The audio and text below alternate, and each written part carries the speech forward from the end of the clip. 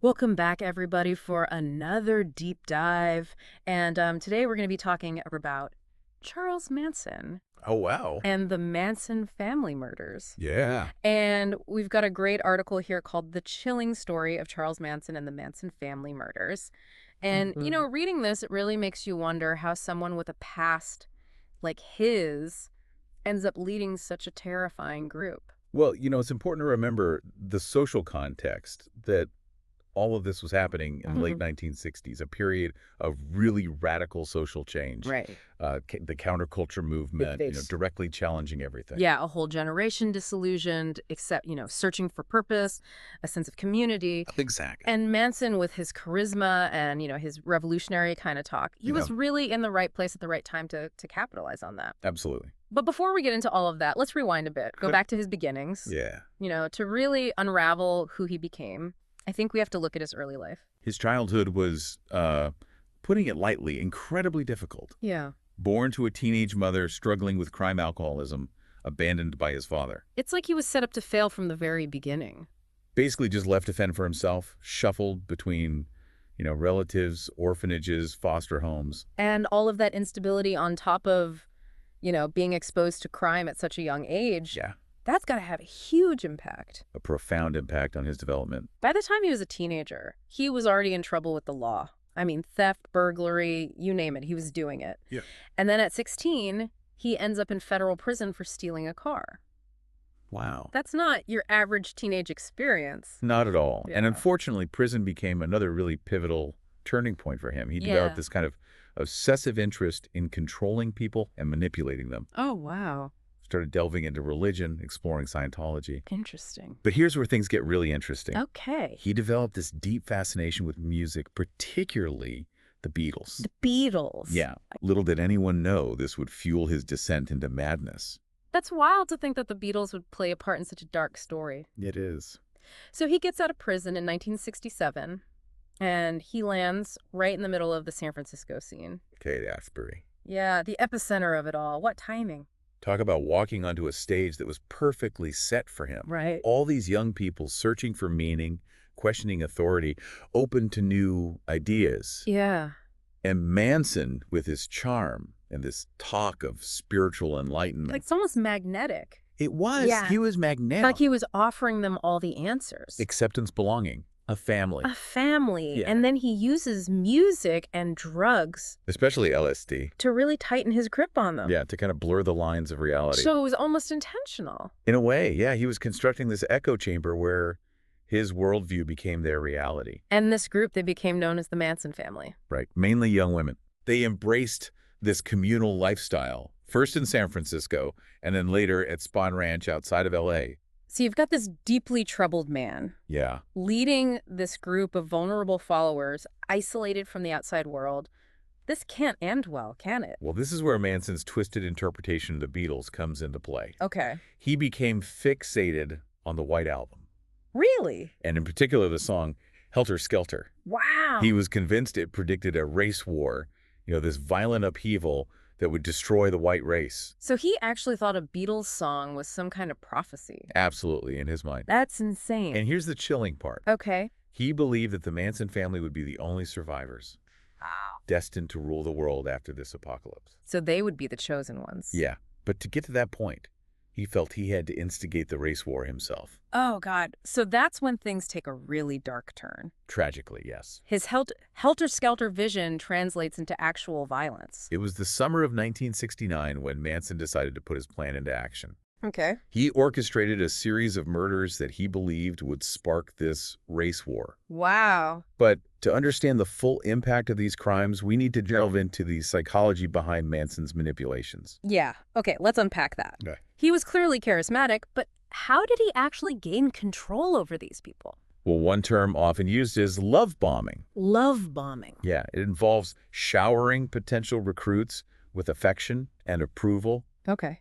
creating this sense of belonging, making them dependent on the group for validation. Interesting. So he basically made them crave his approval. Yeah, like they needed it constantly. And then that made them easier to manipulate. Exactly, more susceptible to things like thought reform. Thought reform, what's that? It's where you systematically break down a person's beliefs Oh, wow. and values and replace them with the group's ideology. So like brainwashing. Kind of. Manson did this through sleep deprivation, Oh, gosh. isolation, a constant barrage of his teachings. And the LSD probably didn't help. Oh, absolutely. Right. LSD played a huge role. Right. It distorts your perception, makes you more open to suggestion. Exactly, especially in that kind of controlled environment. Makes sense. So with all of that in mind, let's talk about what happened in August of '69, Okay. starting with the Tate murders. Those murders were really what made this whole thing a national nightmare. Yeah, Sharon Tate, a young actress, 8 months pregnant, It's just horrible. brutally murdered, along with 3 of her friends, Jay Sebring, Abigail Folger, Wojciech Frykowski. all at her home in Benedict Canyon. It's hard to even imagine. Manson specifically chose that house. Really? Why? It used to be rented by a music producer, Terry Melcher. Okay. Manson thought Melcher had wronged him. So it was revenge. Most likely a very twisted act of revenge. In the crime scene itself, That was horrific. messages written in blood on the walls, peg, things like that. All designed to implicate black revolutionaries. Right, as part of his plan to start a race war. Exactly. A calculated attempt to manipulate public perception. And then there was Stephen Parent. Oh, yeah, the 18-year-old. Just leaving the property. Shot and killed. It's just senseless. A completely innocent bystander. Caught in the middle of all this madness. And then just one night later, Think did it again. another target, Leno and Rosemary LaBianca. A wealthy couple in L.A. More brutal stabbings. Yeah. More messages written in blood. This time they wrote Helter Skelter. Misspelling the song title. Wow. It really shows how obsessed he was with that song. It's like they were leaving their signature Yeah, like a calling card. on these horrific acts. They thought they were on a divine mission. A mission to bring about the apocalypse. It's a terrifying example of how a leader can manipulate people. To do just unimaginable things. So how did they finally catch Manson and his followers? Yeah, they seem to be operating in secrecy. The break in the case came in October '69. Okay. Manson and some of his followers were arrested. For the murders Actually, no, for vandalism and car theft. at Spawn Ranch. Yeah. So pretty minor offense compared to what they'd actually done. Right. But while in custody, one of the followers, Susan Atkins, Okay. started bragging to other inmates about the Tate murders. Really? Yeah, and that little boast, Yeah. that was the key to cracking the case wide open. So it was a confession from within the group that brought them down. It's amazing, isn't it? And the trial itself, That was a media frenzy. Manson's behavior, his followers copying him, It captivated the nation. it was like something out of a movie.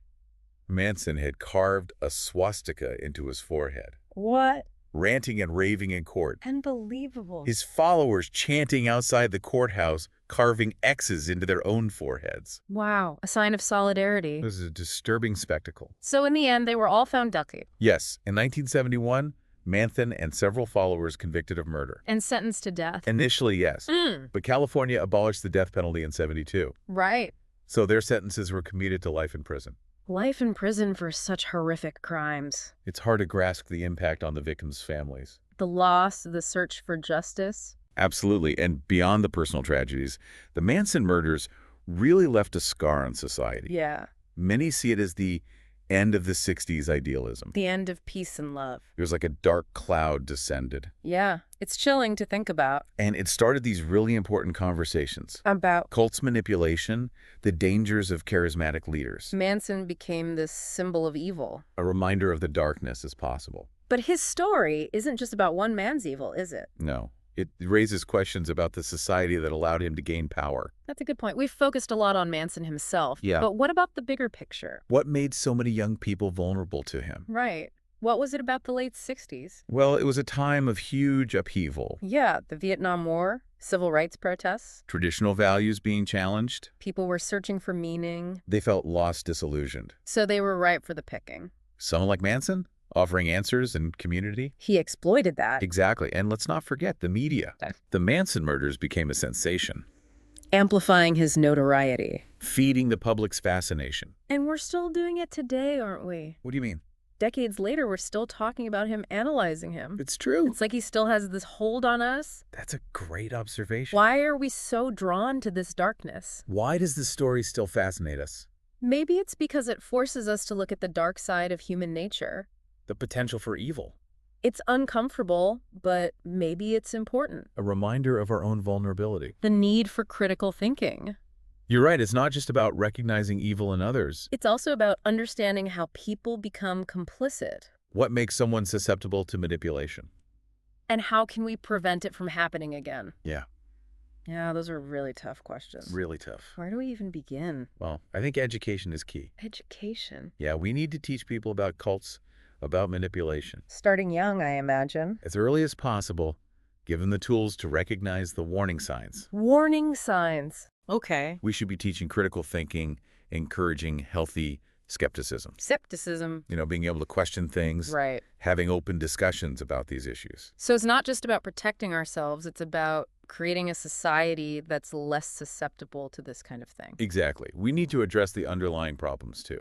The problems that make people vulnerable. Yeah, like social isolation, Yeah. economic inequality, Mm-hmm. lack of purpose, a sense of belonging. All of those things contribute. They can create a breeding ground for extremism. So preventing something like this from happening again, Yeah, it means addressing some pretty big issues. absolutely. It's about fostering empathy, understanding inclusivity, Inclusive. building communities where people feel connected, supported, where they have opportunities and a sense of purpose. That sounds like a huge task. It is a huge task, Yeah. but it's not impossible. Every step we take, every conversation, every act of kindness, it all contributes to a better world. A world where someone like Charles Manson would have a much harder time. Absolutely. Wow, that's a powerful thought.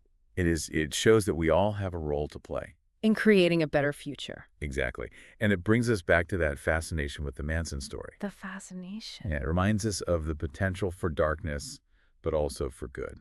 Right. It's a challenge to examine our own beliefs, To question our assumptions. to strive for a deeper understanding of ourselves and the world.